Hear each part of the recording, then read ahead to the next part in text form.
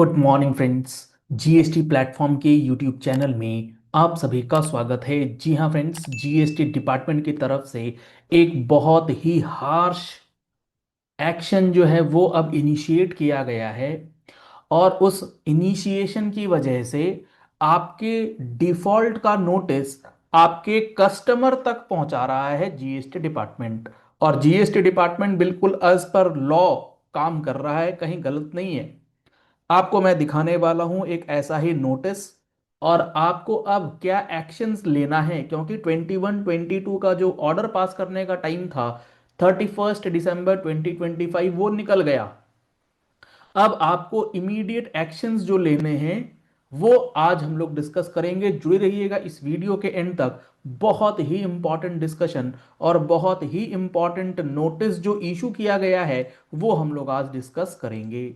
अगर आपने इस वीडियो के एंड तक इस पूरे सेशन को सुना है तो आगे भी अपने ग्रुप्स के अंदर इन चीज़ों को फॉरवर्ड कीजिए, ताकि लोगों तक ये इंफॉर्मेशन जो है वो पहुंच जाए।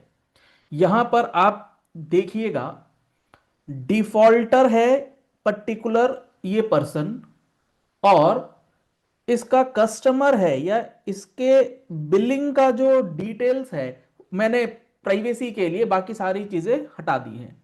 मैंने सिर्फ आपको डिफॉल्टर का नाम और उसके कस्टमर का डिटेल्स यहां पर दिया है। और notice to a third person. जी हां फ्रेंड्स, अगर आपके अगेंस्ट कोई भी डीआरसी 07 आया पड़ा है, डीआरसी 07 आया पड़ा है और वो डीआरसी 07 पर कोई एक्शन आपने नहीं लिया, जब डीआरसी 07 हो जाएगा आपको दो काम करना है।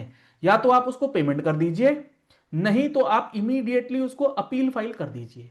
अपील अगर आप फाइल नहीं करेंगे तो आपको स्टे नहीं मिलेगा, और स्टे लेने के लिए आपको अपील का फाइलिंग करना जरूरी है। मैंने 10% प्री डिपॉजिट कर दिया है, क्या मेरा डिमांड स्टे नहीं हो जाएगा? नहीं होगा।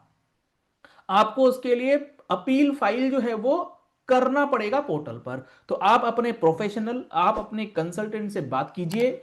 और आपके लेजर्स में मैं आपको यह भी बता देता हूं आपको क्या चीज चेक करनी है, बेहद इंपॉर्टेंट है ये। आप जाइए अपना जीएसटी पोर्टल लॉगिन कीजिए। जीएसटी पोर्टल में आपको दिखेगा सर्विसेज टैब। सर्विसेज टैब के अंदर जाकर के आप चेक कीजिए लेजर। लेजर के अंदर आपको क्या नजर आएगा? लेजर के अंदर आपको नजर आएगा पेमेंट टुवर्ड्स डिमांड। आपको इस पेमेंट टुवर्ड्स डिमांड पे क्लिक करना है और यहां पर चेक करना है कितना अमाउंट आउटस्टैंडिंग दिख रहा है। और उन सब के अगेंस्ट आपकी अपील फाइलिंग जो है वो होनी चाहिए। या फिर आपने अगर 128 ए का बेनिफिट ले रखा है, कोई ना कोई एक्शन आपके द्वारा होना चाहिए। अगर आप इस अमाउंट पे साइलेंट बैठ गए तो आपके साथ क्या होगा? Notice to a third person. आपको डिपार्टमेंट नहीं बोलेगा, आप जिसको माल बेचते हैं उसके पास डायरेक्टली नोटिस भेज देगा कि फलाना व्यक्ति जो है डिफॉल्टर है, उसको पेमेंट नहीं करना, पेमेंट आप मुझे करना। देखिए यहां पर इन्होंने क्या लिखा है। Whereas a sum of 6,72,000 on account of interest. बेहद इंपॉर्टेंट, सिर्फ और सिर्फ इंटरेस्ट की लाइबिलिटी के लिए भी रिकवरी का नोटिस आपकी पार्टी को भेज देगा department.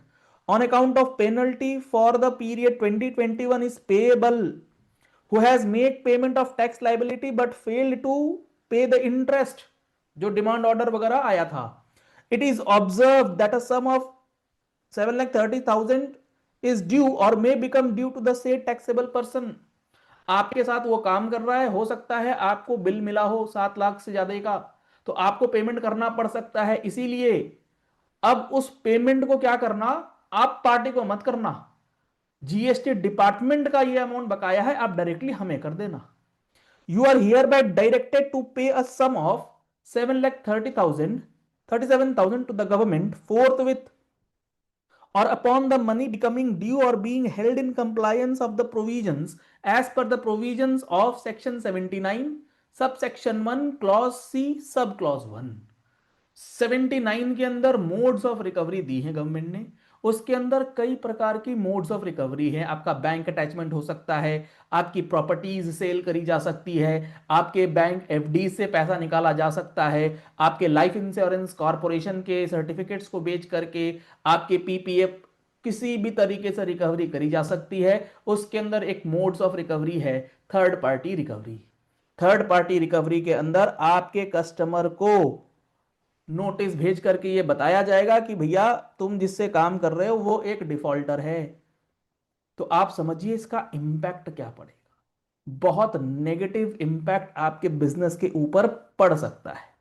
Please note that any payment, ये नोटिस एक मेरे मेंबर का है, मैं आपको शेयर कर रहा हूं, इसीलिए मैंने प्राइवेसी के लिए बाकी सारी डिटेलिंग्स हटा दी ताकि ये आइडेंटिफाई ना हो पाए। Please note that any payment made by you in compliance of this notice will be deemed under section 79। आपको ये नोटिस दिया गया है 7,37,000 का, ये डायरेक्टली आप हमें पेमेंट करेंगे। आप इस पेमेंट का कोई भी अमाउंट अपने जो आपका जो बिलिंग करने वाला है उसको नहीं देंगे। आप जो भी पेमेंट हमें करेंगे उसके लिए आपको हम सर्टिफिकेट देंगे डीआरसी 14 में। Also please note that if you discharge any liability to the said taxable person after receipt of this notice you will be personally liable.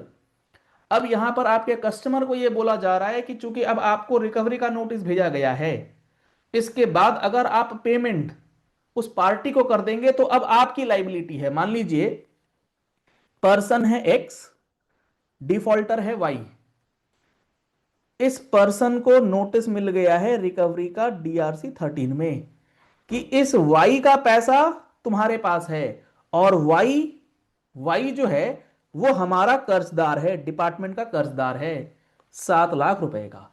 हमने तुम्हें दे दिया डीआरसी 13 कि इसका कोई भी पैसा तुम इसको मत देना, तुम हमें दे देना। लेकिन इसके बावजूद भी अगर तुमने पेमेंट इसको कर दिया तो जो पेमेंट तुम करोगे वो इसकी लाइबिलिटी ना होकर के अब तुम्हारी लाइबिलिटी हो जाएगी। तो यहां पर आपके पार्टी को भी यहां पर कोई ऑप्शन जो है वो नहीं बचेगा अदर देन कि वो पेमेंट गवर्नमेंट को करे। तो आपको बहुत ज्यादा सतर्क होने की जरूरत है। क्यों मैं कह रहा हूं, जनवरी आज 8-7 तारीख हो चुकी है, फरवरी मार्च ये होता है किसी भी गवर्नमेंट ऑफिस के टारगेट का पीरियड। तो आपके अगेंस्ट जो भी डिमांड आउटस्टैंडिंग होंगी जिस पे आपने कोई एक्शन नहीं ले रखा होगा वो सब रिकवरी प्रोसीडिंग्स में जाने को तैयार होंगी।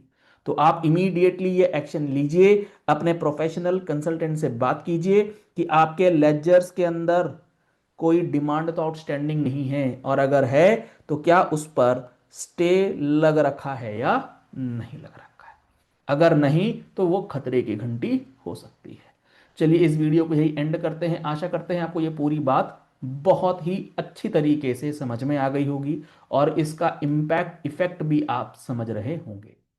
अगर आपको ये वीडियो पसंद आया है इस वीडियो को लाइक और शेयर करना मत भूलिएगा, क्योंकि ये वीडियो बहुत ज़्यादा सीरियस मैटर पर बनाई गई है। और जीएसटी के अंदर एक एक सेक्शन, एक एक रूल, जैसे सेक्शन 79 के अंदर रिकवरी के क्या मोड्स हैं, कब रिकवरी करी जा सकती है, रिकवरी इनिशिएट होने के बाद आपके पास क्या ऑप्शंस हैं, वो सारा का सारा डिस्कशन अगर आपको समझना है, जीएसटी के अंदर बेसिक लेवल से लेके एडवांस लेवल तक की अंडरस्टैंडिंग लेनी है, तो आप हमारा जीएसटी का महारथी बैच जो 18 जनवरी 2026 को स्टार्ट हो रहा है, जिसके अंदर live classes as well as recorded classes आपको मिलने जा रही हैं।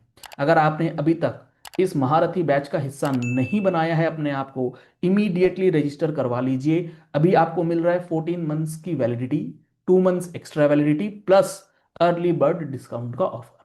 18 जनवरी से पहले जो भी रजिस्टर कर लेगा उसको ये एक्स्ट्रा बेनिफिट्स मिलेंगे।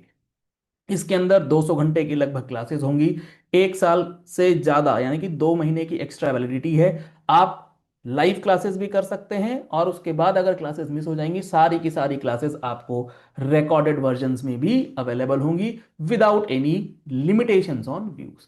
तो आपके लिए क्या करना है, आप हमारा mobile application GST platform download कर सकते हैं। वहां पर अवेलेबल है कूपन कोड ऑफ डिस्काउंट महारथी, वहां लगा करके आप डिस्काउंट ले सकते हैं। आप हमारी टीम से कांटेक्ट कर सकते हैं 9693601228 पे कॉल करके, व्हाट्सएप करके, या फिर आप हमारी वेबसाइट learn.gstplatform.com को विजिट कर सकते हैं। लिंक आपको वीडियो के डिस्क्रिप्शन बॉक्स में दिया गया है। सारी इंफॉर्मेशन आपको वहां पर मिल जाएगी, कोर्स कंटेंट वहां अवेलेबल है, आप जा करके चेकआउट कर सकते हैं। Thank you and have a nice day.